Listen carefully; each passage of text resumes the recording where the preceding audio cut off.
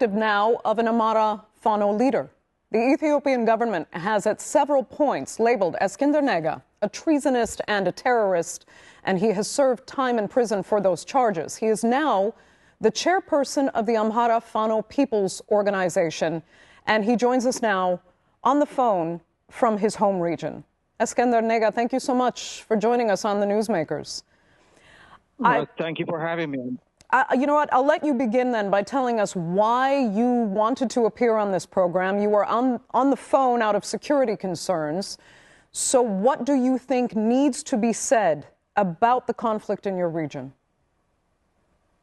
Well, there's this huge misconception about the Amhara war of self-defense in the international community, and that needs to be cleared. So, you know, I'm here to clear what misconceptions and misunderstandings there are about our cause. So that's why I'm here. Okay, you've just called it a war of self-defense.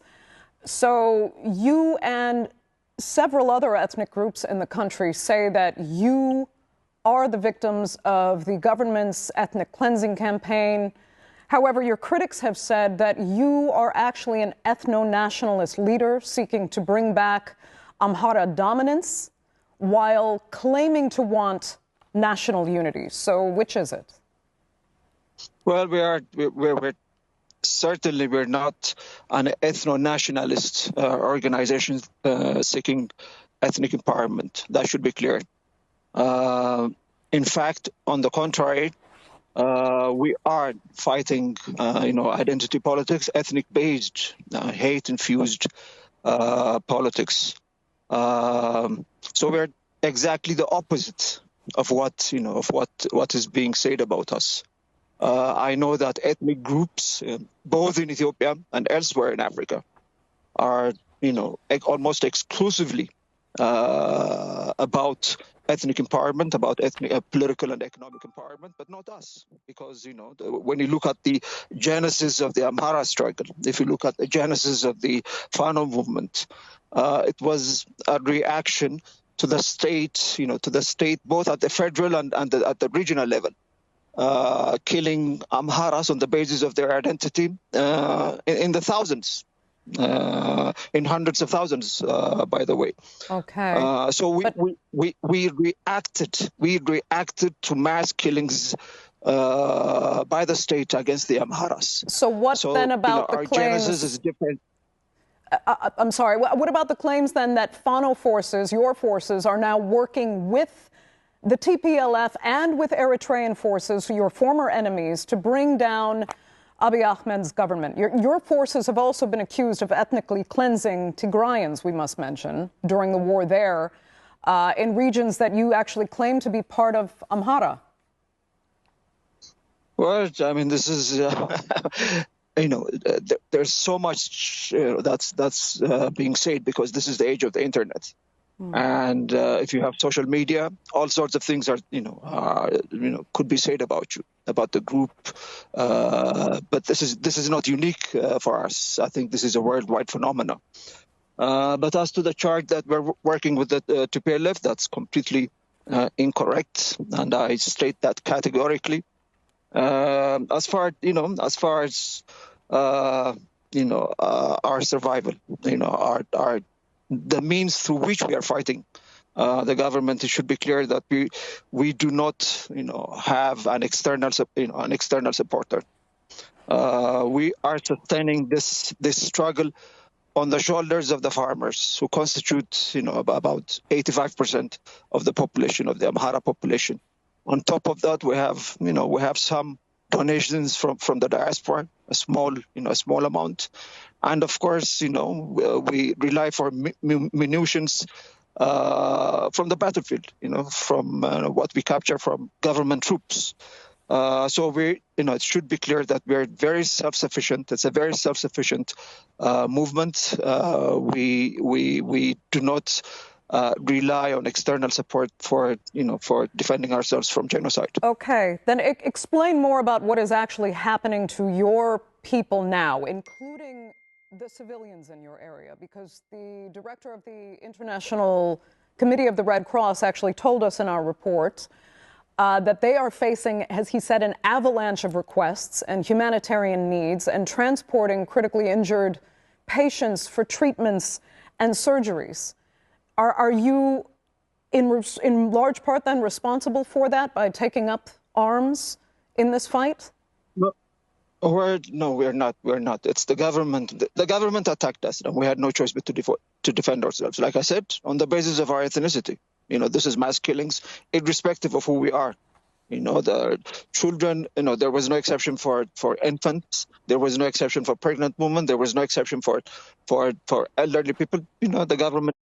And we did not resort to force of arms. We did not resort to, defending ourselves through force of arms, at first. What we tried to do was to solve the problem through peaceful means. And when that did not, produce results, when that did not work, we had to defend ourselves. Okay. But, by force of arms. And what I'm saying is, so we are not responsible for the humanitarian crisis that's happening in that region. Yes, there is a humanitarian crisis, but the political and morally and politically, the party that's responsible for this is the government, the genocidal governments that's attacking its own citizens on the basis of ethnicity. Okay, but then the term ethno-nationalism is constantly used to describe your movement. That term alone does not infer a group that wants unity with other tribes across Ethiopia, and many accuse you of wanting an independent Amhara nationalist state. That's just completely, that's baloney. I'm sorry for using this word, but that's complete baloney. That's an American expression, but that's completely false. We're not seeking for independence. We're not an ethno-nationalist organization that wants to build walls between ethnic groups. In fact, we want the walls that has been erected by the government between ethnic groups to fall. We want to build bridges. We are constituted and we, along ethnic lines because we are defending ourselves from an ethnically, from an ethnic-based attacks by the state. But see that the solution. We see that the solution is not in ethnicity. We see that the solution is not in identity politics. Ethiopia has to move beyond ethnic politics. We believe in that. So this is like, this is like an antidote to the politicization of ethnicity. That's our ultimate goal. But to do that, first we have to defend ourselves. We have to defend ourselves on the basis of ethnicity. But the end result, we recognize that the end result, that the way for this nation to come out of this crisis, out of this permanent, cycle of war, is to move the country and the nation, our politics, beyond ethnicity. We need to de-emphasize the politicization of identity. So we need a politics based on ideas. We need the normalization of our politics. We need to go into the mainstream, into the African mainstream.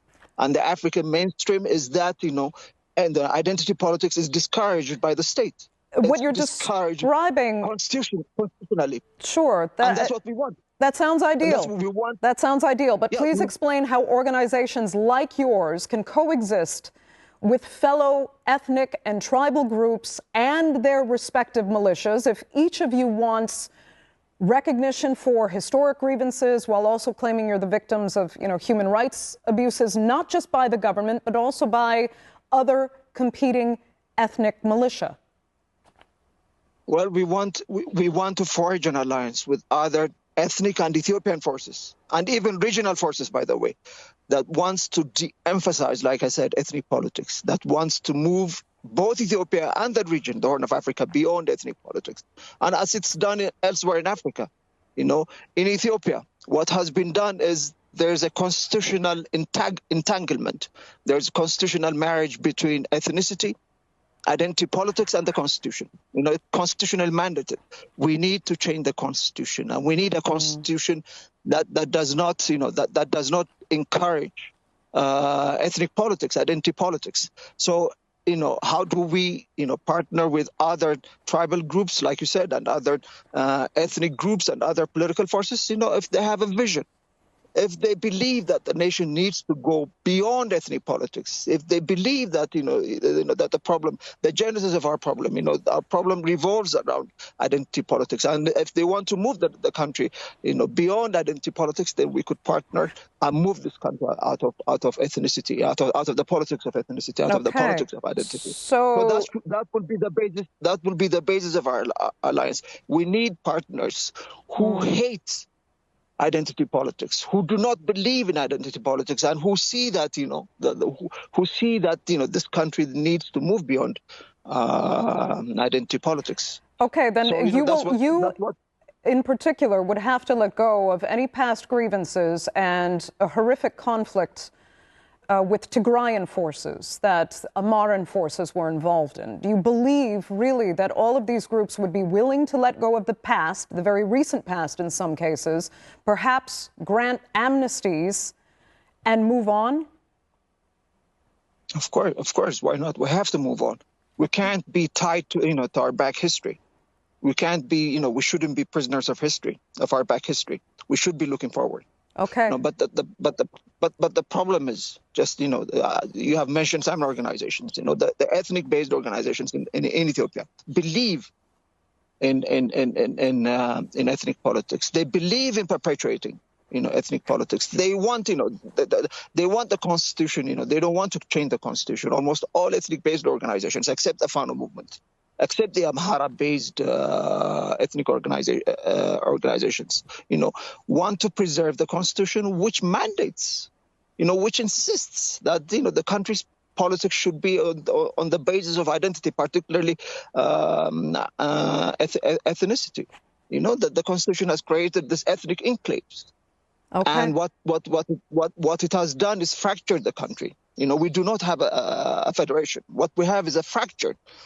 So we need to change the constitution, and we need a constitution like other African countries that emphasizes, that discourages ethnic politics. That's what we're saying, and we need Ethiopian forces that accept us. We need regional forces that see things like we do, and we need international partners. Okay. That would help us to move the country beyond ethnic politics. Unless we move out of ethnic politics, this will eventuate. The final story. The final story of this crisis will be genocide on a mass scale, even worse than what had happened in Rwanda. Iskander So Nega. now is the time. Yeah. Okay, that will unfortunately have to be the final word for this segment of the Newsmakers. I greatly appreciate you sharing your insights and your feelings on this conflict. Thank you so much.